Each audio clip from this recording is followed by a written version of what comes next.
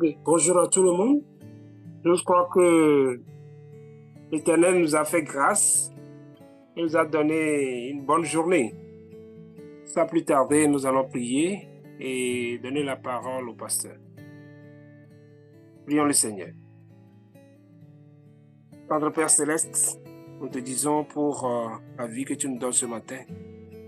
Nous glorifions ton nom pour tout ce que tu n'as cessé de faire pour nous jusqu'à cette heure. À présent, Seigneur, que nous voudrons écouter ton serviteur.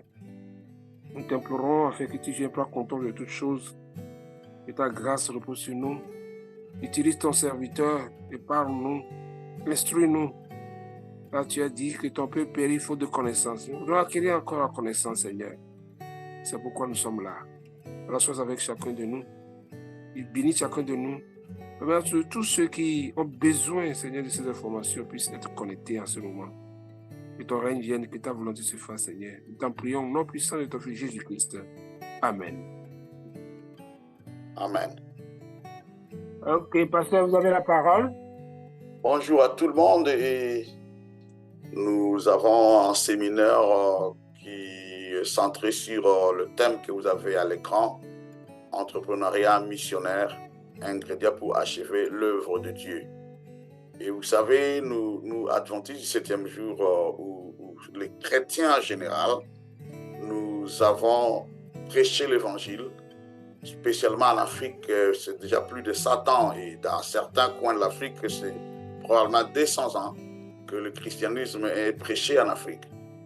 Mais lorsque nous faisons une petite évaluation, oui, il y a des églises qui sont implantées ici et là, il y a une croissance numérique, mais lorsque nous considérons l'aspect missionnaire, on a des petits soucis à ce qui concerne la croissance en fait multidimensionnelle ou holistique de l'Église.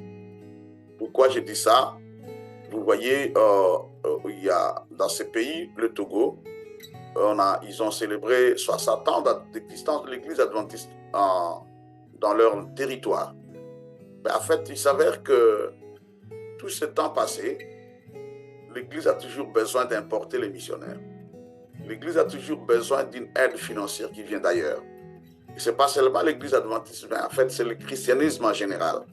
Nous avons toujours tendance de croire que nous, ici, nous pouvons prêcher, mais le soutien financier doit nous venir d'ailleurs. Et c'est ça le grand défi de croissance. Parce que vous voyez, quand nous considérons la vie d'un être humain, déjà à 60 ans, vous ne pouvez plus continuer à dépendre de vos parents. Vous ne pouvez plus dire, ben moi, je n'ai pas de moyens, il faut m'assister. Les parents doivent faire des contributions pour mes enfants. Les parents doivent faire des contributions pour m'amener à l'hôpital. Ben, à l'âge de 60 ans, c'est inexplicable. Et l'Église est une personnalité morale. Et on ne pouvait pas s'attendre à ce qu'à 60 ans, je parlais du Togo, l'Église dépend toujours de l'aide financière de l'extérieur. Au contraire, lorsque une personne physique a l'âge de 60 ans, c'est cette personne qui donne du soutien aux plus jeunes. C'est cette personne qui est consultée quand on a des difficultés. C'est cette personne qui est consultée lorsqu'il faut apporter du secours aux moins âgés.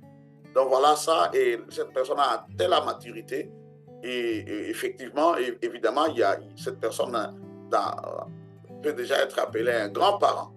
Pour ceux qui ont fait des enfants un peu tôt, et à 60 ans, on est déjà grands-parents. Et mais ceux qui ont déjà 100 ans, vous voyez, comme la RDC, c'est plus de 100 ans, et plusieurs pays, c'est plus de 100 ans d'adventisme. Et donc, ça signifie, j'ai été au Tchad il n'y a pas longtemps, ils célébraient 50 ans. Mais 50 ans d'anniversaire, là, on devient mature. On a des enfants. Il y a des personnes qui dépendent de toi. Et l'Église doit régler certaines choses et considérer sa façon de faire la mission. C'est comme ça que nous avons un ingrédient ici que nous appelons l'entrepreneuriat missionnaire. Et nous croyons, d'après les études, d'après l'analyse, d'après la compréhension de la parole de Dieu, d'après la compréhension des écrits de la sœur White, nous allons comprendre qu'il est important que nous puissions ajouter cet ingrédient qu'on appelle l'entrepreneuriat missionnaire pour nous permettre de booster la croissance de l'Église en Afrique. Et donc, je vais de la sorte vous parler de la mission de l'Église, je vais vous parler de l'entrepreneuriat missionnaire, je vais vous apporter cette nouvelle connaissance qui existe déjà et qui est déjà en application ailleurs, la relation qui existe entre la mission de l'Église, soit la religion d'un côté, et les affaires. Parce que des fois, nous avons appris que quand on est chrétien, il faut faire très attention parce que l'argent, c'est la source de tous les maux, de tous les vices, mais la Bible et l'esprit des prophéties vont nous aider à comprendre que les deux font une seule chose. Et l'entrepreneuriat missionnaire, nous essayons de réfléchir un peu sur la mission de l'Église adventiste du 7e jour. Nous savons que nous, Attaque Adventiste, nous portons un nom qui est significatif, quoi. Adventiste du 7e jour, cela veut dire nous attendons le second retour de Jésus. Et ce n'est pas seulement les adventistes du 7e jour qui le font. Tous les chrétiens attendent le retour de Jésus. Et en attendant ce retour, mais la Bible nous donne un autre élément, qu'il ne faut pas seulement attendre le retour de Jésus. 2 Pierre chapitre 3 verset 12 nous dit, tandis que vous attendez et hâtez l'avènement du jour de Dieu. Non seulement qu'il faut attendre, mais la Bible nous apprend que nous avons la possibilité de hâter le retour. C'est-à-dire faire de sorte que le Seigneur Jésus revienne sitôt, qu'il revienne à temps. Vous savez, dans le désert, les enfants d'Israël ont passé 40 ans, mais ce n'était pas de la faute de Dieu. Ce n'est pas Dieu qui a décidé arbitrairement que vous allez passer 40 ans. Mais en fait, c'était un voyage qui pouvait leur prendre soit 3 jours, mais parce qu'ils avaient des enfants, ils pouvaient faire 1 mois. Et parce qu'ils avaient des animaux, ils avaient des personnes âgées, ça pouvait prendre un court moment pour qu'ils arrivent, mais ils ont pris 40 ans.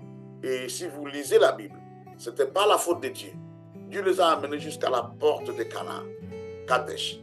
Ils arrivent à la porte d'entrée, à la frontière de la terre promise, mais ils prennent décision de ne pas entrer. Ils se décident de retourner en Égypte. Et c'est ce qui a fait qu'ils passent 40 ans. Et j'ai évoqué cet élément du désert pour vous signifier que nous pouvons soit retarder ou hâter le retour de Jésus. Il y a des événements qui sont retardés tout simplement parce que nous ne sommes pas prêts et les enfants d'Israël n'étaient pas prêts à entrer à Canaan. Ils ont décidé de faire un demi-tour et Dieu les a aidés à mourir dans le désert. Tous ceux-là qui ont dit nous ne pouvons pas entrer, Dieu les a aidés à mourir dans le désert, ils ne sont pas entrés. Mais les personnes qui croyaient que nous pouvons entrer, comme à le stade de Josué et Caleb, Dieu a dit, quand vous voulez entrer, je vais vous aider à entrer. Donc vous voyez qu'il y a certaines choses que notre mentalité peut soit précipiter, soit attendre que ça se réalise en son temps, ou soit retarder. Et le texte sacré nous dit que nous pouvons hâter l'avènement du Fils de l'homme. Et comment on peut le faire? Ellen White nous donne des éléments ici. Si vous lisez le commentaire biblique des Adventistes du 7e jour et le volume 7, la page 69, elle dit, si tous ceux qui professent son nom portent du fruit pour sa gloire, avec quelle rapidité le monde entier recevrait la sémence de l'évangile. Bientôt la dernière grande moisson mûrirait et le Christ viendrait récolter le précieux gain. Et ici, la citation que je vous présente, que j'affiche à l'écran, commence par un conditionnel si. Vous comprenez que ce conditionnel nous donne l'idée d'accepter que nous pouvons retarder ou soit hâter le retour de Jésus. Et Ellen White dit que si les chrétiens pouvaient porter du fruit pour la gloire de Dieu, des fois nous portons du fruit pour notre gloire, nous faisons l'évangélisation pour notre gloire, nous voulons qu'on dise, écoutez, ils sont allés là-bas dans le site de Pasteur Ongassa, les gens ont baptisé autant, écoutez, c'est ce pasteur-là qui fait beaucoup de membres, et c'est ce laïc-là qui est très fort en évangélisation, et il gagne beaucoup d'âmes, et il faut qu'on le remercie. C'est pas mal de remercier, parce que quand on ne remercie pas, c'est de l'ingratitude, mais en fait, nous ne devons pas faire des choses juste pour le seul objectif d'être remercié, d'être vu. Et si nous enlevons dans nos esprits cette mentalité-là, et nous disons, ben, nous faisons tout pour la gloire de Dieu, nous portons du fruit pour la gloire de Dieu, Ellen White dit que l'évangile serait prêché avec une rapidité et le monde allait recevoir si vite le message du salut. Elle continue dans les livres Conquérant Pacifique, la version anglaise qu'on appelle The Acts of Apostles, à la page 111. Elle dit, si le jeune de l'Église formait une armée bien entraînée, le Seigneur viendrait bientôt. Et que lorsque les membres feront leur travail chez eux à l'étranger, le monde serait bientôt averti et le Seigneur viendra. Donc, ça encore, c'est un autre conditionnel. Si le jeune de notre Église, vous voyez que dans certains endroits, comme en Occident, ce ne sont que des vieux qui sont à l'Église. Et on ne se pose même pas de questions pourquoi les jeunes quittent l'Église. Et vous voyez, je ne suis pas en train de parler de la rétention des membres, je parle de la croissance de l'Église et comment achever l'œuvre. Mais néanmoins, permettez-moi de vous donner un exemple que j'étais dans une église aux États-Unis. On m'a invité pour prêcher. Et curieusement, la plus jeune personne de cette église-là avait 48 ans. Il n'y avait pas de personne moins âgée que lui dans cette église. Et j'ai fait une observation. Je me suis rendu compte que les jeunes sont en train de quitter l'église parce qu'on ne leur donne pas leur valeur. On ne les considère pas comme des personnes possédant des talents. C'est comme ça qu'ils sont désintéressés. Ils ne trouvent pas qu'on leur donne une considération. Ils quittent l'église. Et ils sont ailleurs. Ils vont dans des activités où on le considère, on leur donne de la valeur. Et le peu que nous avons, je parle de ces jeunes-là, qui sont à l'église, si ces jeunes étaient traînés dans l'œuvre missionnaire, et spécialement dans l'entrepreneuriat missionnaire, parce que vous voyez, quand vous formez le jeune dans l'église, vous n'aurez pas forcément tout l'argent pour payer ceux qui sont là. Et bien, si on le formait, comment gagner leur vie, et tout en prêchant l'évangile, et la Bible dit que le Seigneur viendra bientôt. Et c'est un élément qui n'est pas encore mis en application. Je vais quand même parler de la mission de l'Église. Et c'est quoi la mission de l'Église? Nous, certainement, Matthieu chapitre 28, verset 19 à 20, nous donne la définition de la mission de l'Église. Certainement que nous avons Apocalypse chapitre 14, verset 6 à 12, qui nous parle de la mission de l'Église du reste. Mais permettez-moi d'apporter une autre dimension ou d'aller dans un autre sens, toujours en cherchant à comprendre la mission de l'Église. Et cette fois-là, je vais prendre plutôt Luc chapitre 19, verset 10. Car le Fils de l'homme est venu chercher et sauver ceux qui étaient perdus. C'est ça la mission du christianisme. Chercher et sauver ceux qui étaient perdus. La mission de l'Église, s'il faut évangéliser, nous évangélisons parce que nous savons qu'il y a des personnes perdues. Il faut aller vers ces personnes, le chercher, identifier où ces personnes se trouvent et les rapporter l'évangile du salut. Donc c'est ça l'évangélisation, c'est ça la mission de l'Église. Vous quittez un endroit, vous allez dans un autre endroit où vous pensez qu'il y a des personnes perdues, vous croyez qu'il y a des personnes perdues, vous le cherchez et vous le sauvez. Et donc j'ai défini la mission de l'Église de cette manière que vous avez à l'écran.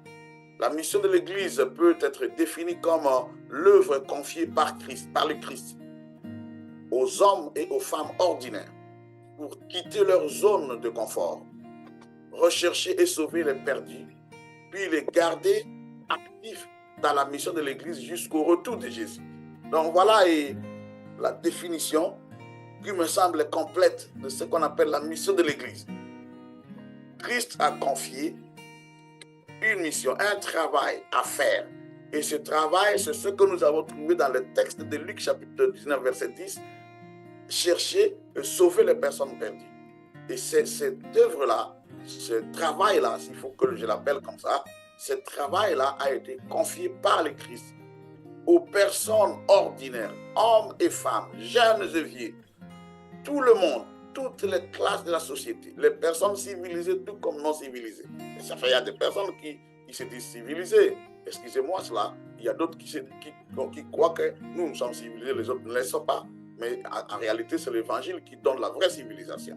Et peu importe la connaissance que nous avons, l'estime que nous avons de nous-mêmes. Hein. La Bible dit que, enfin, cette définition nous dit que la mission de l'Église, c'est un travail que Christ a confié aux personnes ordinaires. Et si vous allez déjà au début, là, vous constaterez que Christ n'est pas allé dans une université, il n'est pas allé dans les grandes écoles comme chez Gamaliel pour recruter les évangélistes ou les missionnaires. Il est allé plutôt dans un milieu ordinaire, au bord du lac. Et certainement qu'il y avait des personnes exceptionnelles comme Matthieu, lui qui fut quand même éduqué. Il y avait des personnes comme Judas, malheureusement, et il s'estimait supérieur à tout le monde et vous savez ce qui lui est arrivé. Mais Jésus a, dans la majorité des cas, sélectionné ou recruté des personnes ordinaires. Et si vous lisez Actes chapitre 4, verset 13, la Bible dit qu'il n'était même pas instruit. Il n'avait pas l'éducation requise pour ce moment-là, pour cette époque-là. Et ce sont ces genres de personnes que Christ a appelées, il leur a confié la mission, l'œuvre d'aller chercher et sauver les personnes perdues. Et non seulement sauver ces personnes-là, non seulement les amener, non seulement les baptiser, mais la mission de l'Église va au-delà du baptême. La mission de l'Église va au-delà des campagnes d'évangélisation. La mission de l'Église consiste à ce que nous puissions aller trouver les personnes perdues, leur parler du Christ. Et par la prémisse du Saint-Esprit, ils sont convaincus qu'ils sont perdus et ils acceptent de revenir à Christ et de donner leur vie à Jésus. Et lorsqu'ils donnent leur vie à Jésus, ils sont baptisés. Et quand ils sont baptisés, on les amène à l'Église. Non seulement pour faire de membres d'Église, je n'ai rien contre ces vocables membres d'Église, mais je souhaiterais plutôt parler des disciples. Et c'est-à-dire que nous les baptisons, ils viennent à l'Église, nous les impliquons dans la mission de l'Église, nous les gardons actifs, pas passifs, pas observateurs, nous les gardons, nous les formons pour qu'ils soient actifs et même actifs dans la mission de l'Église, et pas pour une certaine période, mais jusqu'à peut-être à leur mort ou jusqu'au retour de Jésus. Et voilà comment on peut comprendre la mission que le Seigneur nous a donnée. Et parfois, quand nous faisons la mission, vous voyez les personnes qui sont proclamées comme grandes dernières dames, ils s'arrêtent à constater les baptêmes. Et on donne les statistiques. Mais la mission de l'Église va au-delà du baptême. La mission de l'Église va au-delà d'enregistrement dans les livres de l'Église. Et la mission de l'Église, c'est que ces personnes que nous avons baptisées, nous puissions les maintenir dans l'Église et pas les maintenir d'une manière inactive, mais qu'ils soient actifs. Que ces personnes soient actives jusqu'au retour de Jésus. Et voilà, et j'ai une illustration de ce que je venais de vous donner là, de vous dire là. Allez trouver les personnes perdues, les sauver et les amener dans un endroit sécurisé, dans un lieu sécurisé et prendre soin d'eux jusqu'au retour de Jésus. C'est la parabole du bon samaritain qui nous convainc que cette définition est correcte. Donc c'est Luc chapitre 10, verset 33-35. Mais un samaritain qui voyageait, étant venu, fut ému de compassion. Lorsqu'il le vit, il s'approcha et banda ses plaies, en y versant de l'huile et du vin. Puis il le mit sur sa propre monture, le conduisit à une hôtellerie et prit soin de lui. Verset 35. Le lendemain, il tira 2 deniers, les donna à l'hôte et dit: aie soin de lui. Et ce que tu dépenseras de plus, je te le rendrai à mon retour. Donc voilà, le bon samaritain répond bien à la définition que nous avons proposée là au-dessus, qui consiste à aller sauver et transformer ces personnes-là à des disciples actifs et finalement le garder jusqu'au retour de Jésus. Eh bien, je vais vous faire savoir que nous baptisons beaucoup de personnes, mais à la fin de la journée, on se rend compte que probablement 40 à 50% de ces personnes que nous baptisons quittent l'Église. La porte de derrière n'est pas fermée, et donc il faut trouver des solutions pour savoir pourquoi les gens quittent. Ils sont baptisés, ils passent par la porte de devant, et ils traversent, ils sortent par la porte de derrière. Et pourquoi ils ne restent pas? Il y a beaucoup d'éléments. Ce n'est pas le moment pour moi d'envoyer à faire cette recherche. Je parle de l'entrepreneuriat missionnaire. Et je parle ici d'un homme qui est venu de nulle part. Parce que pour le juif, la Samarie, c'était nulle part. Personne ne pouvait imaginer qu'un Samaritain serait une bonne personne. Et c'est comme ça que dans la parabole, Jésus n'a pas utilisé lui-même le qualificatif bon. Parce qu'il ne voulait pas scandaliser le juif qui ne croyait pas que quelque chose de bon pourrait sortir de la Samarie. Il a juste parlé d'un Samaritain, un certain Samaritain. Et nous, les chrétiens, lorsque nous avons analysé le comportement de ces Samaritains, nous l'avons appelé le bon Samaritain.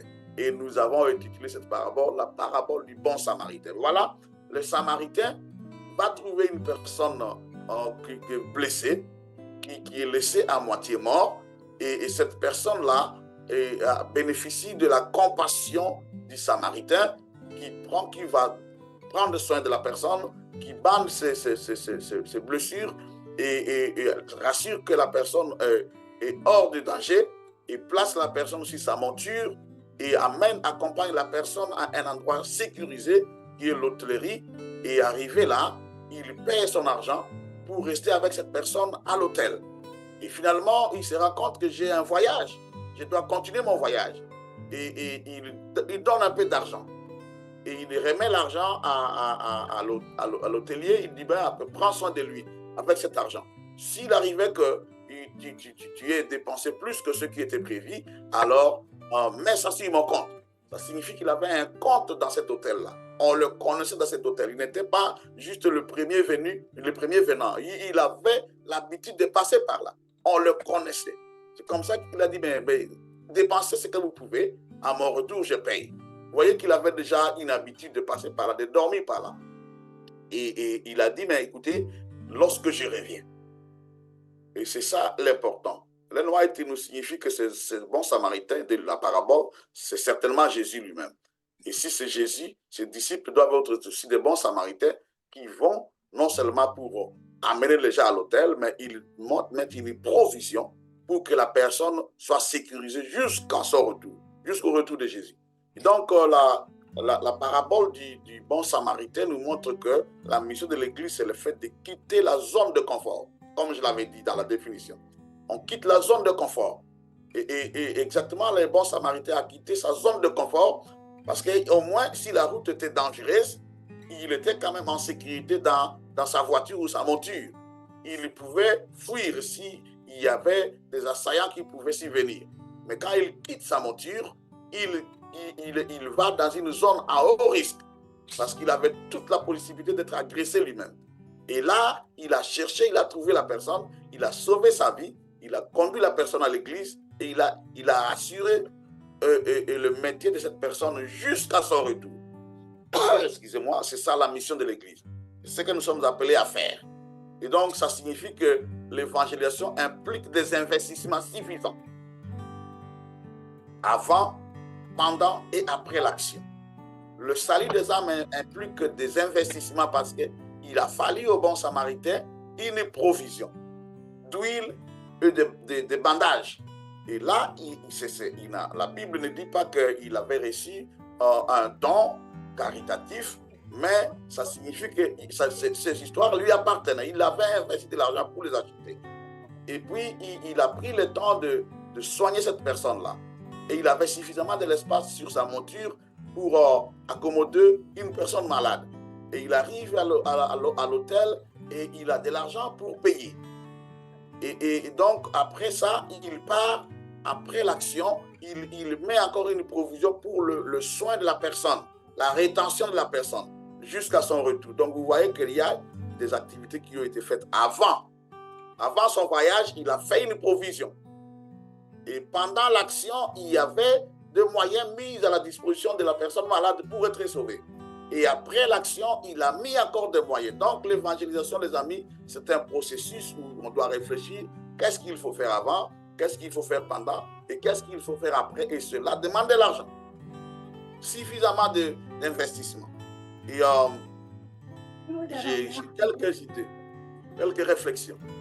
Et je réfléchis autour du bon Samaritain.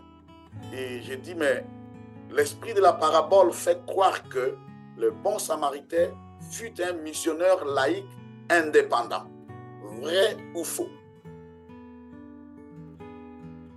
Vous avez la parole, quelques minutes, une ou deux personnes. selon l'esprit de la parabole, nous pouvons croire que le bon samaritain fut un missionnaire laïque indépendant. Vrai ou faux? Justifiez votre réponse.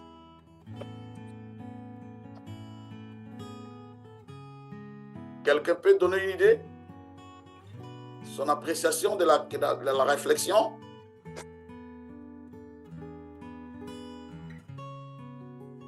Je vois 11 participants. Hein? Vous m'entendez?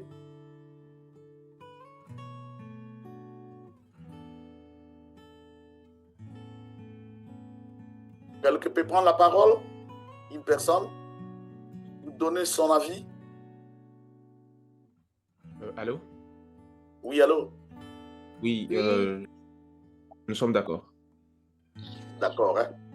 Parce que d'abord, il n'était pas du clergé, du juif de la classe ecclésiale. Et c'est ça qui lui attribue le caractère d'être laïque. Et le missionnaire, il est allé, il a fait du bien, la bonne nouvelle. Et bon, Parfait.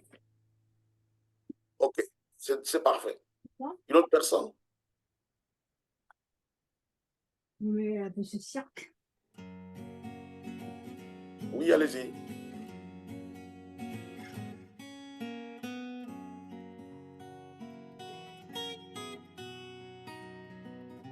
Alors, vous comprendrez que dans la parabole, il y a des acteurs. Et la parabole parle d'un prêtre qui appartenait à la sacerdoce, au sacerdoce, pardon. Et la parabole parle d'un lévite, membre du sacerdoce. Et la parabole parle d'un samaritain qui n'était pas forcément juif à l'époque. Il n'était pas juif, donc il était une personne, un paria de la société juive, s'il faut le dire comme ça. Il était vraiment indépendant. Il n'était pas du sacerdoce, il n'était ni prophète, il n'était ni sacrificateur, ni lévite. C'est comme cela que nous pouvons croire que c'était un missionnaire laïque.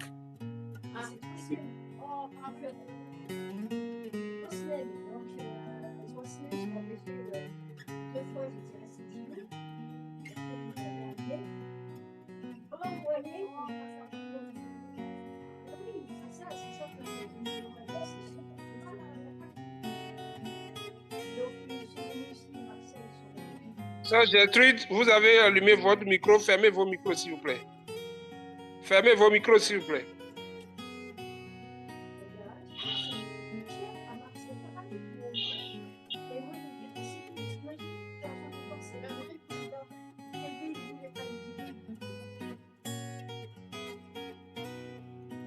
C'est bon.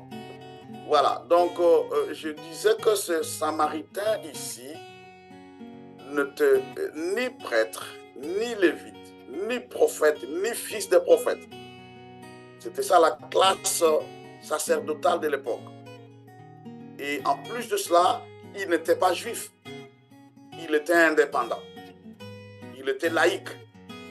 Et son indépendance, c'est qu'il avait la capacité de prendre des décisions sans consulter un comité. Mais il a fait du bien. Il était impliqué dans l'œuvre du salut des âmes. Et les missionnaires indépendants sont ces personnes qui ne sont pas des dissidents. Parce qu'il faut faire la différence entre quelqu'un qui est indépendant et un dissident. Il n'était pas dissident, il faisait la mission de l'Église. Il a sauvé une âme en danger, en péril. Et il a accompli l'œuvre de Christ. Et il a apporté la personne dans un lieu sécurisé. Il a remis cette personne-là entre les mains du responsable, qui était le pasteur de cette église-là, de l'hôtel. Et donc, il était un missionnaire qui travaillait pour le salut des âmes, mais il était laïque et il était indépendant. Autre réflexion, l'esprit de la parabole fait croire que le bon samaritain fut un missionnaire homme d'affaires. Ça, c'est la deuxième réflexion. Vrai ou faux? Frère Ernest, vous êtes là? Pouvez-vous donner votre idée ou quelqu'un d'autre? Votre appréciation de cette affirmation? Oui, parce que moi, je suis d'accord, hein, que c'est un homme d'affaires, puisqu'il a un compte au niveau de l'hôtel. Il faut que soit. Cela veut dire qu'il est un passant qui passe souvent dans cet hôtel. Et il est abonné à cet hôtel. Ça veut dire que c'est quelqu'un qui est un grand commerçant, je dirais. Qui fait vraiment le trafic avant, il est bien connu. Parce que c'est pourquoi j'affirme. Un autre intervenant?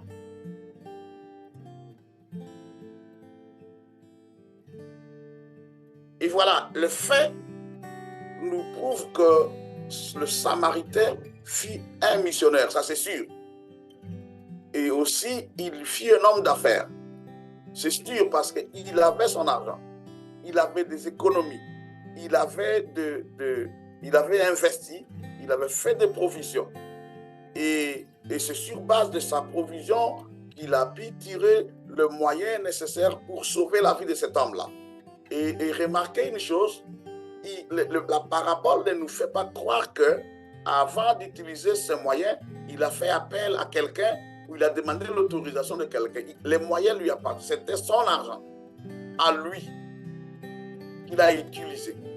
C'était ses moyens propres à lui. Et du coup, il fit un homme d'affaires. Et aussi, il avait suffisamment de réserves parce que l'investissement qu'il a utilisé pour sauver la vie de cet homme-là, de cette victime-là, ne l'a pas empêché à continuer son voyage.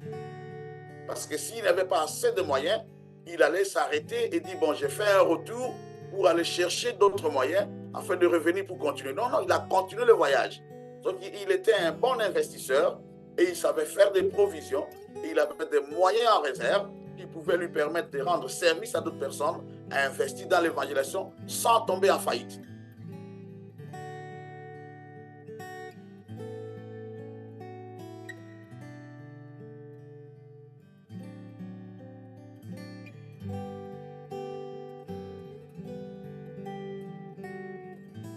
Tous les épreuves dans sa tête-là, et lorsque cela est arrivé, il a puisé de ses ressources, il a sauvé une vie, il a continué avec son voyage. C'était vraiment un homme d'affaires, un bon homme d'affaires. Et du coup, le bon Samaritain était un missionnaire, un laïc, indépendant et aussi un homme d'affaires. Et cela nous fait réfléchir que lorsque nous sommes à l'église, nous avons besoin de ce genre de personnes comme les bons Samaritains. Vous savez, je ne suis pas en train de critiquer, pardonnez-moi, mais lorsque nous avons reçu les pionniers qui nous ont apporté l'évangile, ils nous ont prêché que Jésus revient bientôt. Et tout le monde croyait que Jésus revient bientôt. La seule chose qu'il fallait faire, c'était de prêcher, baptiser, construire des églises, et c'était tout. Mais on ne nous a pas appris que la prédication, la construction des églises nécessite des moyens. Il faut de l'argent pour construire des églises. Il faut de l'argent pour acheter la sono.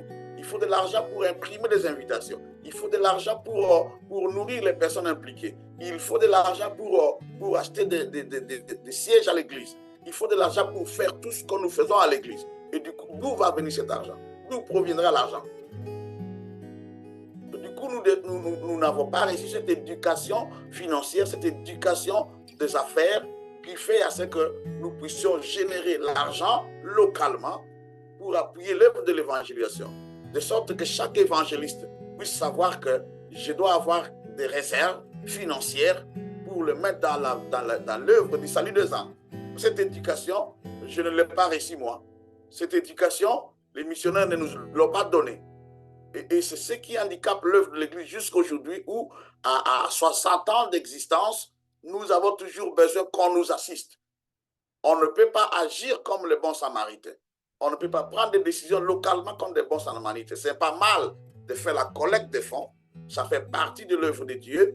Mais aussi, ce n'est pas un péché d'avoir des personnes qui se comportent comme les bons Samaritains partout, dans chaque église locale. Pas seulement une, plusieurs. Alors, ça serait une bénédiction. Si la moitié des membres d'église pouvaient se comporter comme les bons Samaritains, vous vous imaginez à quel niveau nous serions. Et donc là, je parle de qui est missionnaire. Et ça, c'est une autre question. À l'époque, moi, je vais vous donner un exemple. Vous voyez, j'ai travaillé au Congo. Je faisais un voyage missionnaire. Je suis allé présenter mon ordre de mission à un officier, un responsable de sécurité pour qu'il approuve mon ordre de mission. Et lorsqu'il a lu l'ordre de mission, il ne m'a pas vu personnellement. il a vu que c'était un missionnaire qui devait se déplacer. Ah, il a dit, faites entrer les missionnaires. Et curieusement, lorsque j'entre là, c'était mon ancien collègue de classe. Il dit, tiens, mon ami, comment vas-tu? Ça fait longtemps que je ne te vois plus. Il dit, non, attends, mon ami, tu peux attendre. J'attends d'abord un missionnaire qui doit entrer là. Mais il regarde dans l'ordre, il voit que c'est mon nom. Il dit, mais c'est toi le missionnaire? Il dit, bien sûr, c'est moi le missionnaire. Non, tu ne peux pas être missionnaire, je te connais. Tu es pasteur, mais pas missionnaire. J'ai dit, mais pourquoi tu dis ça? Il dit, mais nous, parce que nous nous a appris que les missionnaires sont des blancs. Ils sont des blancs. Et tu n'es pas blanc, tu es mon collègue, on a étudié ensemble. Comment tu peux être missionnaire? Il dit, mais alors, tu dois revoir ta définition de ce que c'est qu'un missionnaire. Et en plus, la définition a quand même évolué chez certaines personnes qui croient que les missionnaires, c'est la personne que l'Église paye, l'Église envoie, et c'est cette personne-là qui est missionnaire, ou les pasteurs qui viennent d'ailleurs, et pas les locaux. Les locaux ne sont pas des missionnaires. Et l'évolution, la définition a évolué, où on a commencé à parler de missionnaires laïcs. Mais ces missionnaires laïcs, ils sont juste une petite catégorie de certaines personnes, pas tout le monde. Mais écoutez ce que la Bible, ce que l'Esprit des prophéties nous dit, nous aide à comprendre comment l'Esprit des prophéties nous aide à comprendre la notion de missionnaire. Ellen White dit dans le ministère de guérison, à page 80, chaque chrétien doit aussi être un missionnaire. Tous peuvent trouver quelque chose à faire. Personne ne doit penser qu'il n'y a point de place où il pourrait travailler pour le Christ. Ça, c'est ou c'est pas oui. Et donc, Ellen White, ou l'esprit de prophétie, la plume inspirée, nous croyons qu'elle a été inspirée. Et même si ces écrits ne sont pas repris dans les canons bibliques, nous croyons que ces écrits ont été inspirés. Parce qu'elle a l'esprit de prophétie. Elle dit que chaque chrétien doit aussi être un missionnaire. Elle continue en nous disant que dans le ministère de la guérison, 79, la Samaritaine qui parlait avec Jésus au puits de Jacob n'eut pas plutôt trouvé le Sauveur que lui en amena d'autres. Elle s'est révélée une missionnaire plus efficace que ses propres disciples. Retenez ceci, lorsque la Samaritaine a reçu Christ, elle n'avait pas reçu le baptême le même jour. Mais ce même jour-là, elle est devenue missionnaire. Pour vous dire que même une personne qui n'est pas baptisée peut être missionnaire. J'ai un exemple juste ici à Palimé où je suis en train de vous parler.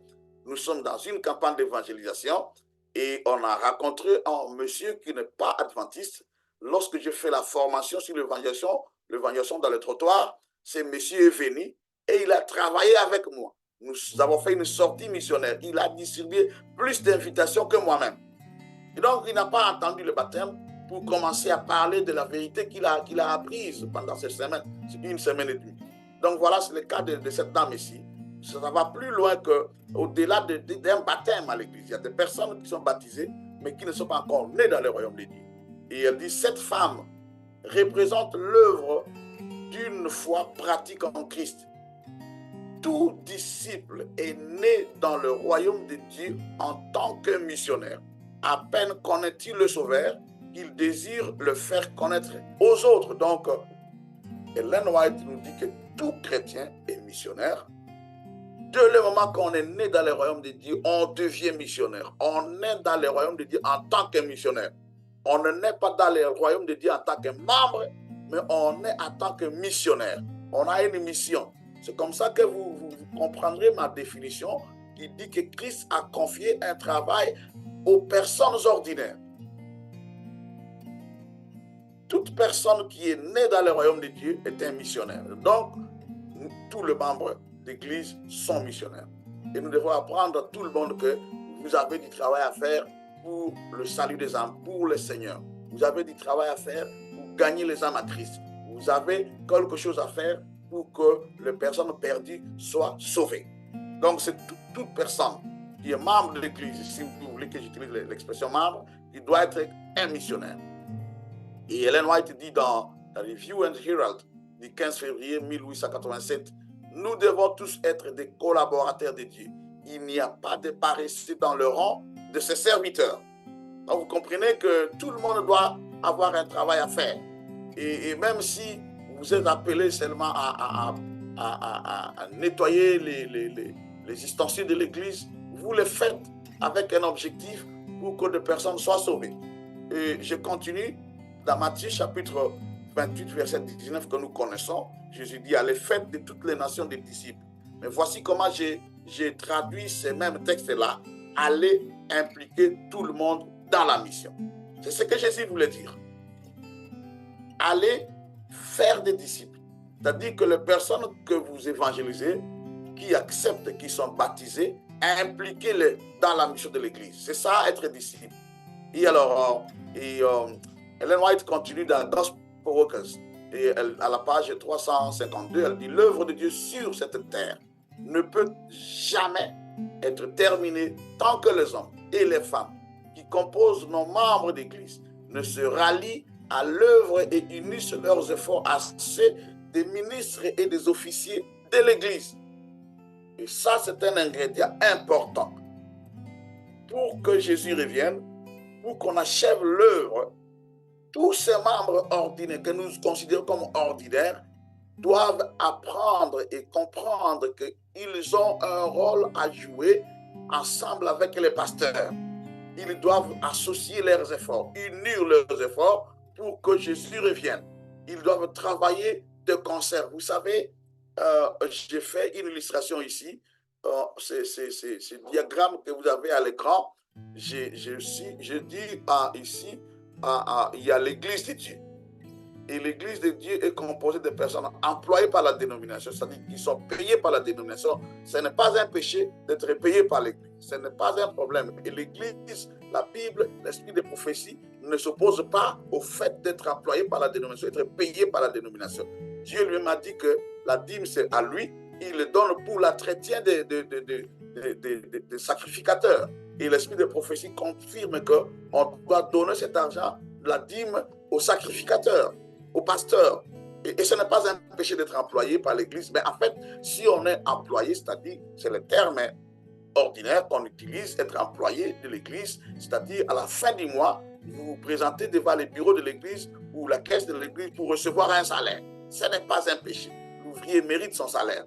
Mais alors, quand vous considérez les statistiques de l'Église d'une manière globale, vous prenez l'annuaire de l'Église, vous trouverez que ces personnes qui reçoivent un salaire mensuel de l'Église ne constituent qu'1% des membres total de l'Église. 1%. Si aujourd'hui nous avons 22 millions d'adventistes baptisés, seulement 1% reçoit le salaire de l'Église. Et du coup, 99%, ce sont les personnes qui n'ont pas le salaire mensuel de l'Église. L'Église ne débourse pas de fonds pour vous dire vous êtes budgétisé et chaque mois vous aurez autant comme salaire, autant de francs CFA, autant d'euros, autant de dollars, autant c'est pas de quoi là-bas et de roupies, mais en fait c'est 99%. Et la citation que nous avons lue d'Ellen White là nous dit que le 99% doivent rejoindre l'œuvre de Dieu pour accompagner le 1% qui est insuffisant. Et la logique du retour de Jésus, c'est que nous, les 99%, nous puissions nous associer. Je dis nous parce que je suis pasteur, c'est vrai, consacré, mais il y a 10 ans que l'Église ne me donne plus de salaire. Moi, on gagne ça. 10 ans. Mais je continue à évangéliser. Et le Seigneur m'a appelé, m'a convaincu qu'il faut que je travaille comme ça, que je me comporte comme ça, parce que j'ai un modèle dans la Bible qui est l'apôtre Paul, qui à un moment donné ne recevait pas de salaire, n'était pas payé, rémunéré. Et donc voilà, je suis parmi les 99%. Ça fait déjà 10 ans de cela que l'Église ne me donne pas un salaire. Et du coup, comment est-ce que je vis? Mais vous me posez cette question, je vais y répondre tout à l'heure là.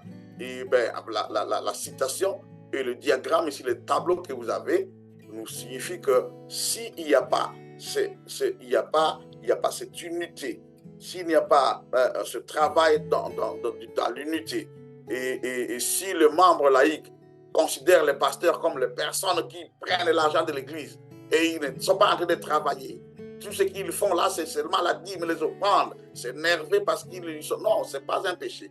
Et si le pasteur de l'autre côté dit, bon, les laïcs, ils nous critiquent, ils ne sont pas sérieux. Vous savez, le diable se frotte les mains lorsqu'il constate que nous nous comportons de cette façon. Nous ne faisons pas confiance au pasteur, eux, le pasteur ne nous font pas confiance, nous les laïcs, ça devient un problème. Moi, je suis pasteur laïque. Et j'ai deux casquettes là. Je peux parler comme un pasteur, je peux aussi parler comme un laïc. Je peux parler comme un missionnaire indépendant. Et je comprends ce que ça signifie les deux, être pasteur et être un laïc. Donc voilà, j'ai quand même l'expérience dans les deux sens, dans ces deux attributions-là. Et voilà, lorsque le laïc considère, suspecte le pasteur et que le pasteur n'a pas confiance au laïc, le diable se frotte les mains. Il sait qu'il est en train de nous paralyser et que nous ne pouvons rien, nous ne pouvons pas évoluer. Mais Dieu veut à ce que nous puissions travailler dans l'unité, en synergie, voilà. Alors, voici ce qu'Ellen White nous dit dans Témoignage pour l'Église, volume 7, page 21. Donc ça, c'est la version anglaise. Parce qu'en français, il n'y a que 3 volumes pour le moment. Ce n'est pas le dessein du Seigneur de laisser au ministre le soin de faire la plus grande partie de l'œuvre, consistant à s'aimer le grain de la vérité. Des centaines d'hommes et de femmes désormais désœuvrés pouvaient rendre un service acceptable en apportant la vérité dans les maisons de leurs amis et voisins. Ils pourraient faire un grand travail pour le Seigneur. Donc, ce n'est pas la volonté de Dieu, le plan de Dieu, que les pasteurs qui sont payés, qui ne constituent que 1%, puissent faire la plus grande partie de l'œuvre. Et le tableau ici le prouve. 1% des personnes ne peut pas faire la plus grande partie de l'œuvre. C'est plutôt le 99% qui doit faire la grande partie de l'œuvre. Si nous voulons former des personnes pour achever l'œuvre de Dieu, nous devons investir beaucoup de temps, de talents, de moyens pour former les 99% afin qu'ils comprennent que c'est eux qui ont la responsabilité de faire la grande partie de l'œuvre. C'est comme ça, mes amis, que le Seigneur m'a donné l'impression de quitter. J'étais président de fédération pendant 6 ans et on n'a pas voté mon départ et on ne m'a pas sanctionné. Mais pendant que j'étais président de fédération, le Seigneur m'a donné cette révélation claire qu'il faut passer plus de temps à former les 99%. C'est comme ça que Dieu m'a donné l'impression de mettre en place un ministère qu'on appelle Train Them to Fish, afin de former les 99%. Et voilà ce que je fais. Je ne le forme pas pour créer une église, une autre dénomination, mais parce qu'il faut que le 99% comprennent que c'est à leur niveau de faire la plus grande partie de l'œuvre. Et c'est ce que l'esprit de prophétie confirme. Nous devons le faire. Il y a un auteur qui est très respecté dans le milieu de l'église, au niveau de la conférence générale, on le connaît, la division nord-américaine le connaît, en Asie on le connaît, il s'appelle Ron Clausen. Il a écrit un livre, In the Name of Jesus, Power to Pray for People and Places. À la page 20, il dit ceci: de toute évidence, l'église adventiste a de merveilleuses institutions, des milliers de jeunes fréquentant les écoles de notre vaste réseau éducatif reconnu, des méthodes et des ressources efficaces pour l'évangélisation. Et une organisation mondiale difficile à égaler ne suffisent pas pour faire des progrès substantiels. On progresse, oui, mais rien d'extraordinaire. Ce qu'il faut, c'est une véritable révolution. Une révolution stratégique qui devrait peut-être être aussi simple qu'efficace. Cet auteur parle de la révolution dans l'œuvre missionnaire. Et cette révolution, je l'appelle l'entrepreneuriat missionnaire. Cette révolution, c'est juste une réforme en me basant de l'esprit de prophétie que ce sont les 99% de membres qui sont appelés à faire la plus grande partie de l'œuvre. C'est eux qui doivent être au four et au moulin en train de travailler et les pasteurs ne sont que des bergers. Voyez, vous comprenez, quand la Bible parle de brebis, et en fait la multiplication des brebis ne sont pas l'affaire du berger. C'est contre nature. Lorsque vous apprendrez que la femme du berger ou la bergère a été enceinte et on la met à la maternité, elle donne naissance à une brebis, ben ça sera terrible. La naissance de brebis, c'est la multiplication de brebis, c'est une affaire de quoi là? De brebis.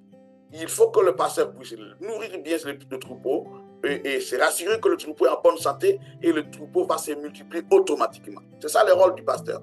Mais nous, quand on pense que c'est le pasteur qui doit être responsable, qui doit donner naissance aux agneaux, c'est contre nature. Donc voilà, il faut une révolution, une véritable révolution. Il faut un changement. Et dans le témoignage pour l'Église, volume 9, Ellen White dit un changement décisif par rapport aux méthodes passées devait se produire.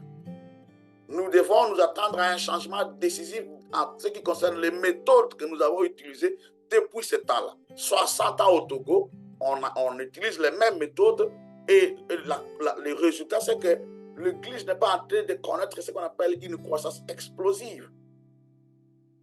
Il n'y a pas quelque chose d'extraordinaire qui se produit. Et donc voilà, il faut des changements de méthode.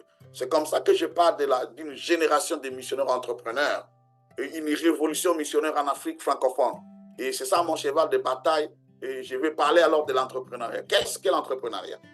La définition la plus simple est que c'est une activité consistant à créer une ou plusieurs entreprises en prenant des risques financiers dans l'esprit de réaliser un profit. C'est ça l'entrepreneuriat. Vous fixez un objectif de créer une ou plusieurs entreprises, vous prenez le risque de prendre votre argent et investir dans l'entreprise et vous attendez qu'il y aura un profit. Et alors, y a-t-il une contradiction entre la mission de l'Église et l'entrepreneuriat?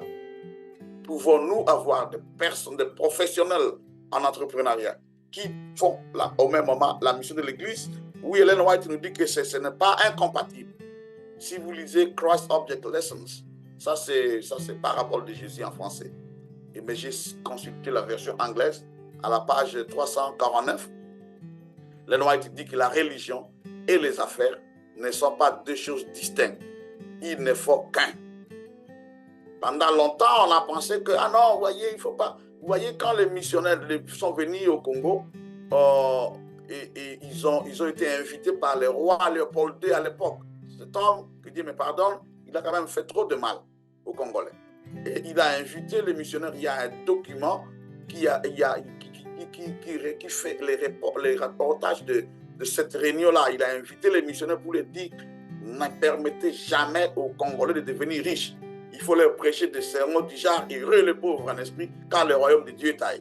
Et ne permettez jamais qu'ils puissent comprendre qu'il faut s'enrichir, qu'il faut avoir de l'argent. Parce que dès qu'ils ont l'argent, ils deviennent indépendants, nous ne pourrons plus les contrôler. Et donc, ce sont ces genres de sermons que certaines personnes ont pris et ont enseigné. Ils ont mal interprété le texte de la Bible. L'esprit des prophéties nous dit que la religion et les affaires ne sont pas deux choses distinctes. C'est une seule chose. La religion biblique doit être étroitement liée à tout ce que nous faisons ou disons. Les agents divins et humains doivent se combiner dans leur réalisation temporelle ou aussi bien que spirituelle. Ils doivent être unis dans toutes les activités humaines. Dans les travaux mécaniques, agricoles, il y a des entrepreneurs agricoles ici, l'agro-business. Et dans les entreprises commerciales et scientifiques, il doit y avoir une coopération dans tout ce qui touche l'activité chrétienne. Donc, ce n'est pas un mal de voir des missionnaires qui sont dans l'agro-business, qui sont dans les services mécaniques, qui sont dans les activités scientifiques, des recherches scientifiques, qui ouvrent des entreprises commerciales. Ce n'est pas un péché, ce n'est pas incompatible. Ellen White dit que c'est la même chose. Vous faites la religion et les affaires. N'oubliez pas que Jésus est allé appeler des hommes d'affaires. Ils étaient des commerçants de poissons. Ils pêchaient, ils vendaient et ils faisaient leur vie de cela. Je vais y revenir tout de suite là. Je vais arriver à cela. Donc, c'est ça. Ce n'est pas incompatible d'être un missionnaire et au même moment un entrepreneur. Et nous prenons quelques citations d'Ellen White pour confirmer cela. Et Conquérant Pacifique, page 313, on ne devrait pas encourager tous ceux qui se sentent appelés à la prédication de l'évangile à compter sur une aide financière immédiate ou permanente de l'Église. Il serait néfaste, en effet, de faire des promesses inconsidérées à des jeunes gens inexpérimentés, de les encourager à dépendre entièrement d'autrui, sans les amener à comprendre qu'ils doivent de leur côté apporter une contribution sérieuse à l'Église. Voilà. Donc nous devons former les jeunes gens à ne pas dépendre du salaire de l'Église. Immédiate ou permanente, Ellen White dit que c'est néfaste, cette façon de réfléchir que tout le monde doit être enrôlé comme évangéliste de mission globale, être payé. Tout le monde doit venir, si vous voulez être prédicateur, vous devez être payé. Ce n'est pas ça. Ça ne nous favorise pas d'avancer très rapidement. Donc, nous devons plutôt former les jeunes gens et d'autres personnes à être à mesure de produire l'argent et d'apporter une aide considérable à l'Église, une contribution, voilà. Et elle continue toujours dans ce même livre, la page 315, et je vais juste lire la partie qui est soulignée en couleur orange. Un vaste champ est ouvert aux serviteurs de Dieu qui vivent de leurs propres ressources. Elle parle de serviteurs de Dieu qui vivent de leurs propres ressources. Cela veut dire qu'ils sont des entrepreneurs, qu'ils sont des hommes d'affaires, qu'ils sont des commerçants, qui sont impliqués dans des activités économiques. Ils ont leurs propres ressources, ils ont leurs propres moyens, comme le bon samaritain. Et Ellen White dit qu'il y a un vaste champ qui est ouvert à ce genre de serviteurs-là, que j'appelle ici les missionnaires entrepreneurs. Ils ont un vaste champ parce que quand vous rentrez dans le contexte de budgétisation à l'Église, le budget a toujours été insuffisant pour évangéliser.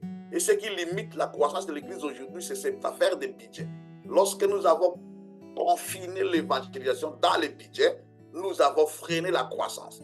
Et la croissance de l'Église est devenue trop lente parce que nous l'avons enfermée dans une petite histoire économique qu'on appelle les budgets. Et c'est le budget de l'Église.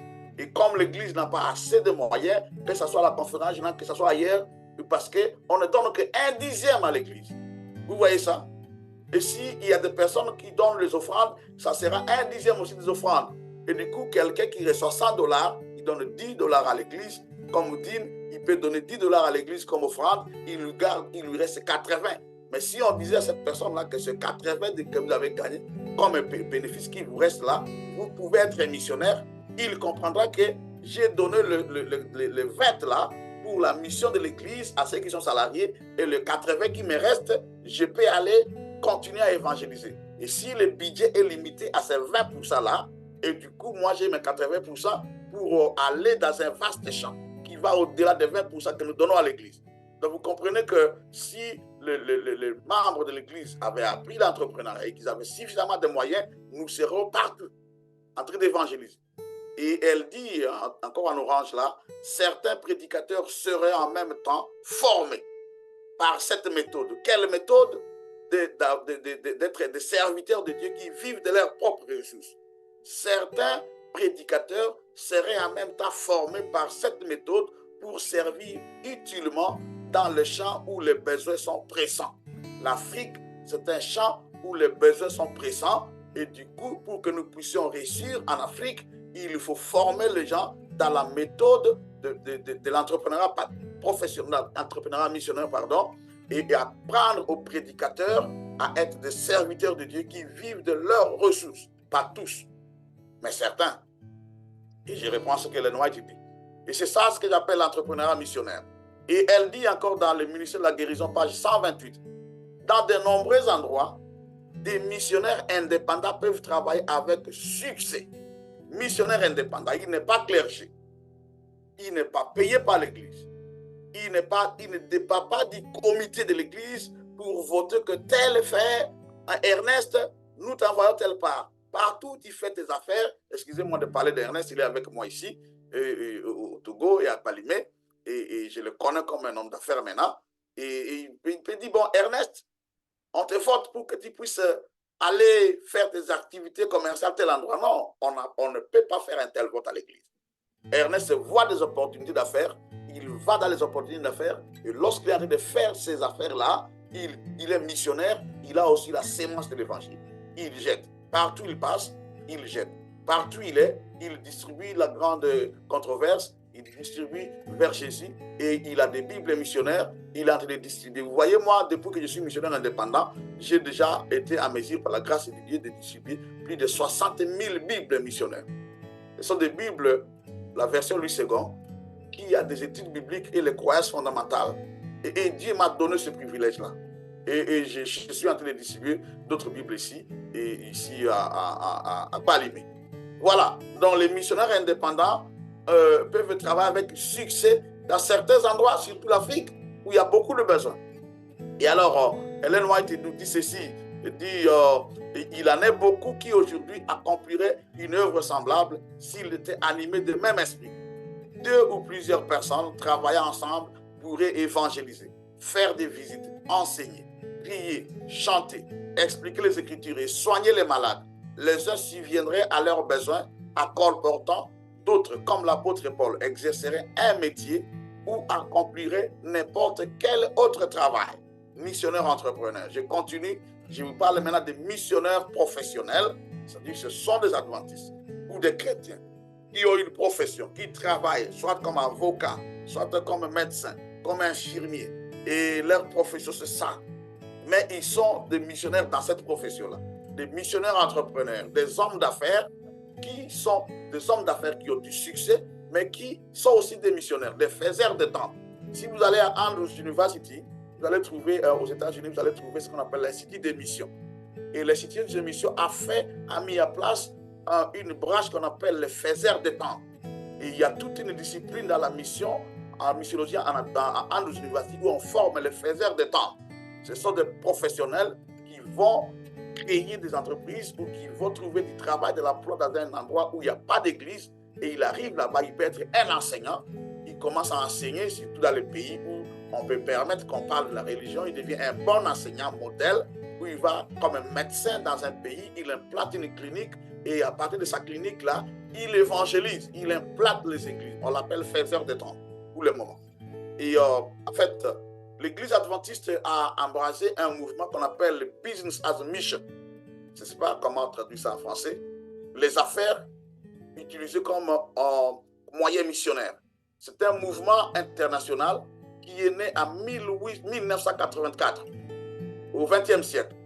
1984, les chrétiens ont mis en place un mouvement qu'on appelle Business as a Mission, où on doit former les chrétiens à être des professionnels dans le monde des affaires, à faire des entreprises qui réussissent et avec l'objectif d'aller implanter les églises.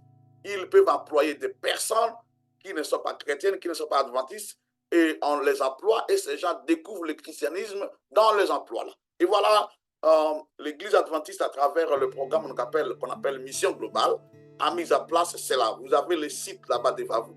Si vous visitez ces sites-là, adventistmission.org, Business as a Mission, vous allez voir ce que je vous dis ici. Il y a même des civilisations qui sont proposées dans ces sites-là. Vous pouvez visiter. Et il y a un autre site qu'on appelle urbancenters.org, application. C'est-à-dire que vous voulez créer un centre d'influence où vous êtes. Vous pouvez aller là-bas et avoir des informations. Il y a même des civilisations là-bas. Mais ces civilisations peuvent passer par le canal de l'Église qui comprend qu'il faut former des missionnaires entrepreneurs, former nos membres dans les entreprises missionnaires. Et voilà. Et nous, Train Them to Fish, nous avons cru que Dieu nous donne la mission de former des pêcheurs.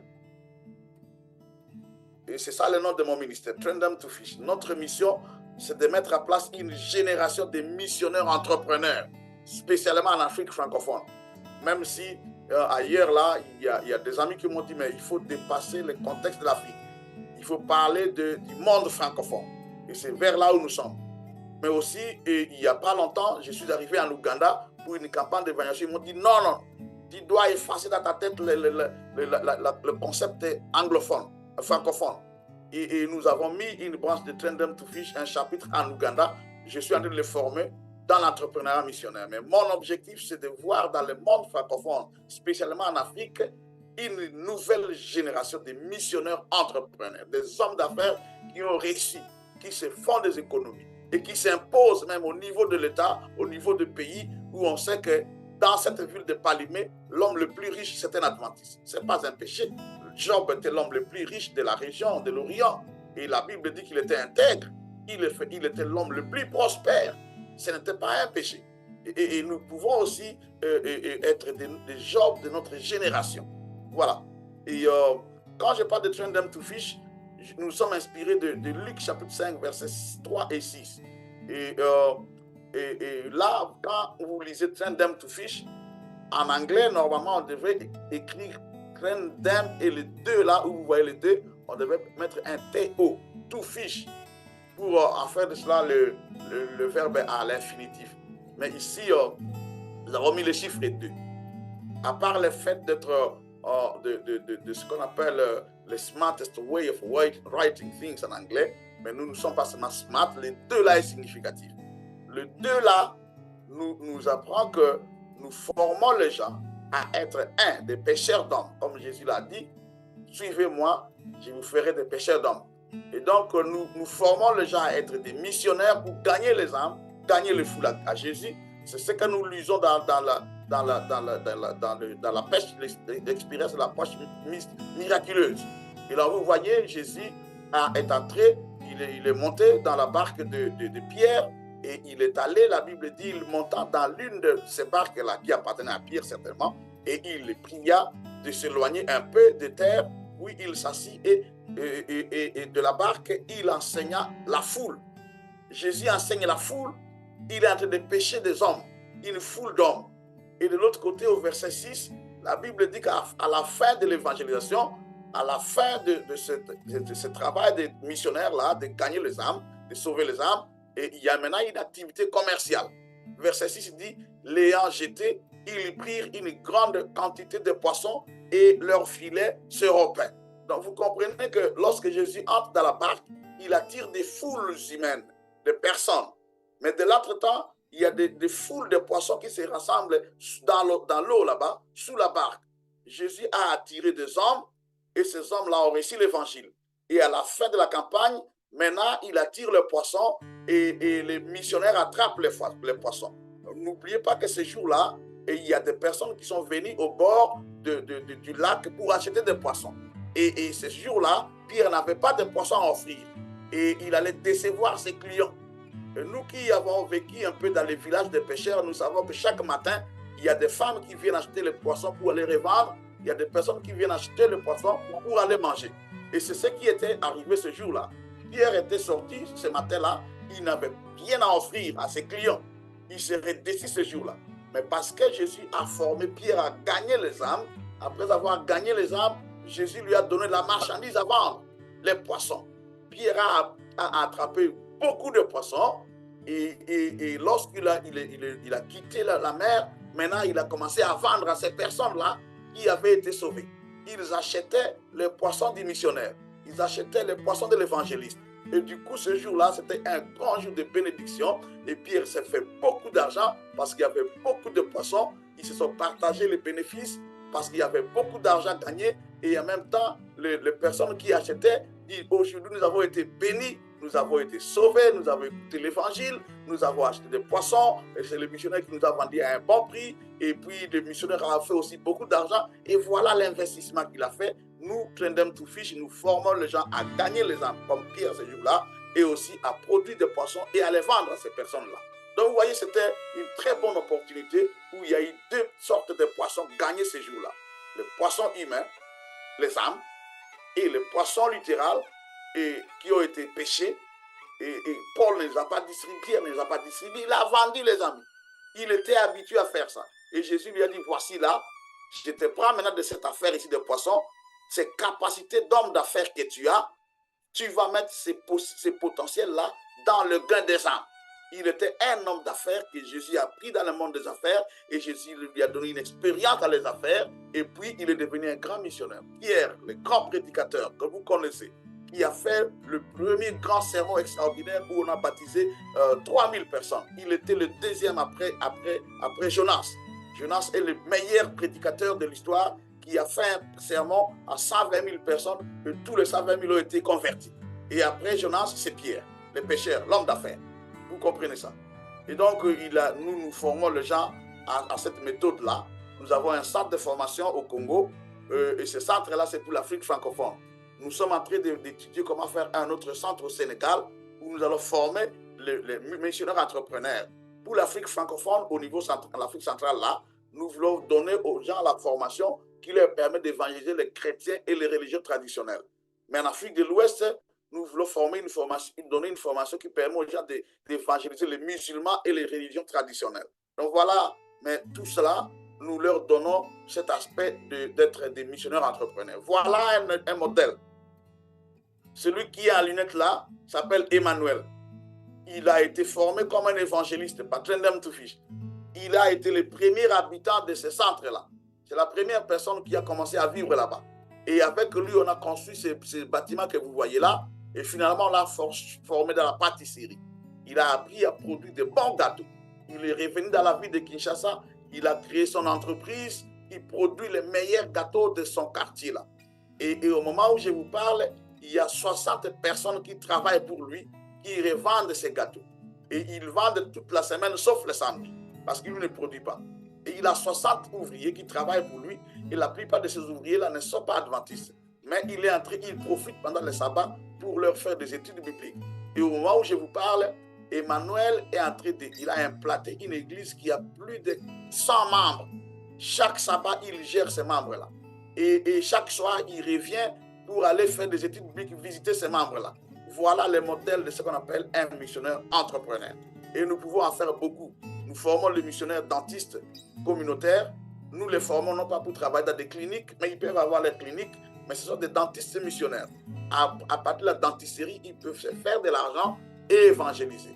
Vous le voyez là-bas, en train de travailler, soigner les gens dans leur maison et dans les communautés. Et récemment, l'année ici, au mois de mars, nous avons implanté une église dans la ville de Kinshasa avec ces missionnaires dentistes communautaires.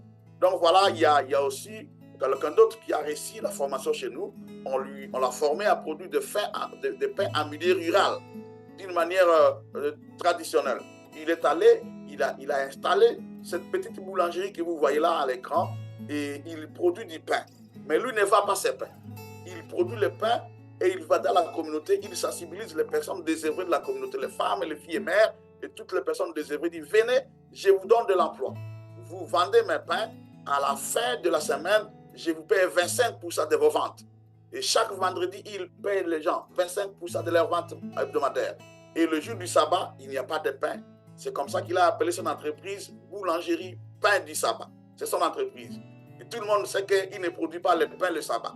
Et il a des explications à donner aux gens, tirées d'Exode chapitre 16. La manne ne tombait pas le jour du sabbat. Il dit, mon pain ne tombe pas le jour du sabbat. Et le jour du sabbat, ce qu'il fait, il dit qu'il n'y a pas de pain physique. Je vous donne le pain de la vie, les études bibliques. Il a aussi implanté une église. Donc, nous formons les gens dans l'agro-business, produire des légumes biologiques, et afin de nourrir les gens avec de bons repas.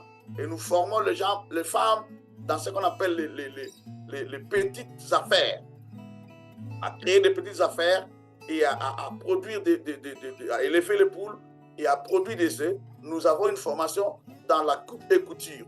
Et on est en train de serrer d'autres formations. J'ai vu cet homme à Palimé, il n'est pas adventiste, mais je l'ai appelé missionnaire entrepreneur parce qu'il a son salon de coiffure. C'est lui qui m'a coiffé. Vous voyez là, c'est lui qui m'a coiffé. Et je lui ai donné de l'argent. Et il est aussi évangéliste. On dit qu'il est très populaire. Il prêche dans une radio locale ici à Palimé au Togo. Mais il a son salon. Nous pouvons former des évangélistes adventistes à avoir ce genre de salon, des femmes adventistes à avoir des salons où on arrange les cheveux des femmes. Et aussi, on est missionnaire. Donc voilà, mes amis, et Ellen White nous dit que nombreux sont ceux qui aujourd'hui accompliraient une œuvre similaire s'ils étaient animés du même esprit. Et donc, je m'arrête là pour aujourd'hui. Et merci pour votre attention. Et s'il faut continuer, prochainement, on pourra avoir une autre vidéoconférence comme celle-ci et parler de l'entrepreneuriat proprement dit. Entrepreneuriat missionnaire. Mais au moins, vous avez les notions de base que c'est possible que vous soyez un missionnaire, homme d'affaires. Et c'est le nouvel ingrédient que nous devons injecter dans notre sauce de missionnaire pour que nous puissions aller vite et achever l'œuvre de Dieu. Merci beaucoup. Je ne sais pas s'il y aura des questions ou pas, mais que le Seigneur vous bénisse. Bonjour, Pasteur Ngassa, c'est la sœur Virginia de Marseille dans Méditation et Prière.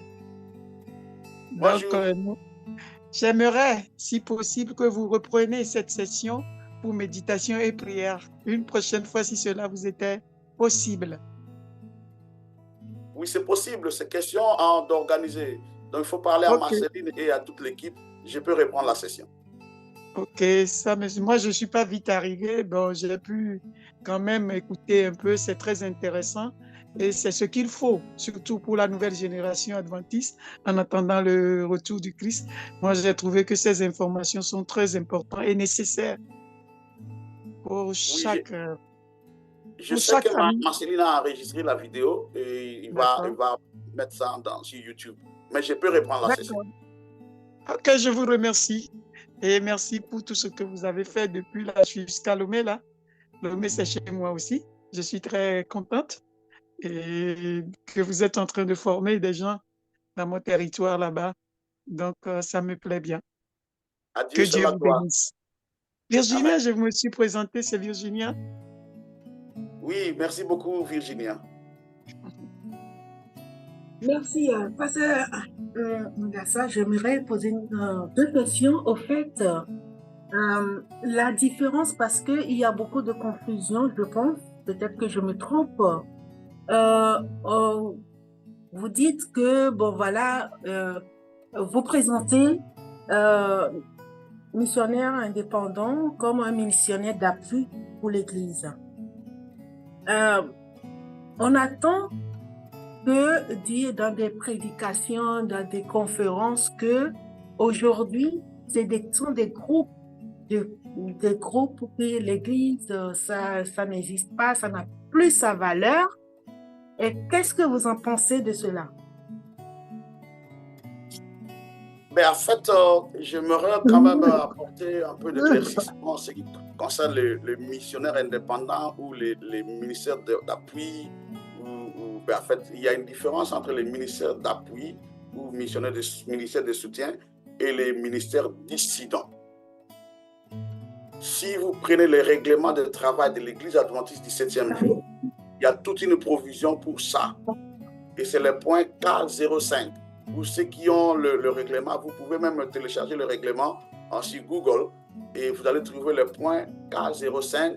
C'est là où l'Église mondiale a mis une provision pour le ministère d'appui. Et l'Église ne limite pas le nombre de ministères d'appui.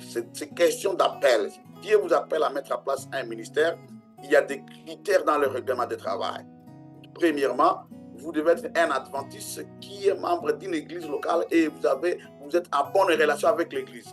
Vous n'êtes pas un mécontent, un aigri, quelqu'un qui critique l'église. Vous aimez votre église, vous appartenez à l'église, vous soutenez l'église, vous rendez votre dîme à votre église et vous prêchez les doctrines fondamentales de l'église, pas d'autres doctrines contradictoires. Et maintenant là, vous prenez la décision de dire je vais commencer une organisation, une association qu'on appelle le ministère de soutien pour appuyer l'œuvre de l'évangélisation parce que j'ai constaté qu'il y a des besoins ailleurs et l'Église seule ne peut pas répondre à tous ces besoins. Vous mettez en place une organisation dans ce sens-là, vous travaillez en collaboration avec l'Église, là vous êtes un ministère de soutien ou d'appui. Et vous ne prenez pas la dîme pour appuyer vos affaires. Et vous pouvez recevoir des collectes de dons mais qui ne sont pas forcément la dîme. Mais ça dépend, il y a des personnes qui choisissent de dire, bon, moi j'envoie ma dîme telle part, mais il faut que ça passe par une église là où vous envoyez. Donc voilà, et les ministères dissidents sont carrément ces genres de ministères qui n'ont rien à faire avec l'église, qui font leurs propres affaires, qui prennent même la dîme, qui disent aux gens que l'église est Babylone, l'église est tombée, tout ça là, ils enseignent des doctrines contre l'église, ils découragent même les gens à soutenir l'église. Ça, c'est la dissidence. Et l'indépendance, c'est que si vous lisez le règlement de travail, et c'est bien dit là-bas que les ministères laïcs sont indépendants, c'est-à-dire que l'Église ne vous donne pas des ordres. L'Église ne vient pas élire vos dirigeants. L'Église ne vient pas vous dire, vous devez être ici, vous n'allez pas là-bas, c'est une dissidence. Non, vous avez l'indépendance dans la prise de décision, vous avez l'indépendance dans le choix des lieux où vous voulez partir. Vous avez l'indépendance en ce qui concerne le choix des personnes qui doivent travailler avec vous. C'est ça l'indépendance. Et donc, je réponds déjà à cette question. Je fais cette différence-là pour que vous puissiez la comprendre. Il y a des dissidences éventuellement qui existent, qui donnent des enseignements pernicieux. Et aussi, de l'autre côté, je n'ai pas lu dans le règlement de travail qu'on doit limiter le nombre de ministères d'appui. Non, ça n'existe pas. Donc, aussi, le temps qu'il y a des besoins, vous pouvez faire des ministères, mais conformément à ce qui est prescrit dans la Bible et l'esprit des prophéties et le principe de l'Église. Voilà. Merci beaucoup, mon pasteur. Dieu vous bénisse abondamment. C'est le genre de formation que nous avons besoin de ASI. parce que je vois que c'est l'objectif premier des entrepreneurs adventistes. Maintenant, ma question est de savoir comment est-ce qu'on peut implanter une de votre école ici au Togo, parce que en vous écoutant, je vois que c'est ce dont on a besoin pour pouvoir réellement embrasser les jeunes qui veulent aussi embrasser l'entrepreneuriat. Si déjà ceux qui aspirent à fonder leur entreprise, déjà on peut les aider à être entrepreneurs missionnaires déjà, ce serait très bien parce que nous on a déjà créé notre entreprise qu'on veut maintenant. On veut maintenant inclure la mission dans notre entreprise. Maintenant, ceux qui vont venir déjà, si déjà on peut déjà leur inculquer ces notions, ce serait très bien. C'est pourquoi je demande comment on peut faire pour avoir votre centre ici au Togo. Ben, en fait, Trendam Toufiche est déjà en bonne collaboration avec l'Union du Togo, l'Union de l'Est d'Israël, parce que ce n'est pas la première intervention dans cette union. Et pasteur Emmanuel Kra, qui est allé à la division, je travaille déjà avec lui sur un certain nombre de projets. Et c'est question de faire un programme, et spécialement avec Ernest qui parle. Si tu arrivais à faire un programme avec nous, nous pouvons en fait venir former les formateurs au Togo, parce que c'est notre souci d'avoir des équipes dans chaque pays francophone. Ok, là j'ai bien compris. Nous allons vous envoyer alors le programme pour que très très bientôt nous puissions avoir des formateurs ici au Togo pour commencer l'œuvre parce que c'est la meilleure. Merci beaucoup, pasteur. Que Dieu vous bénisse. Amen.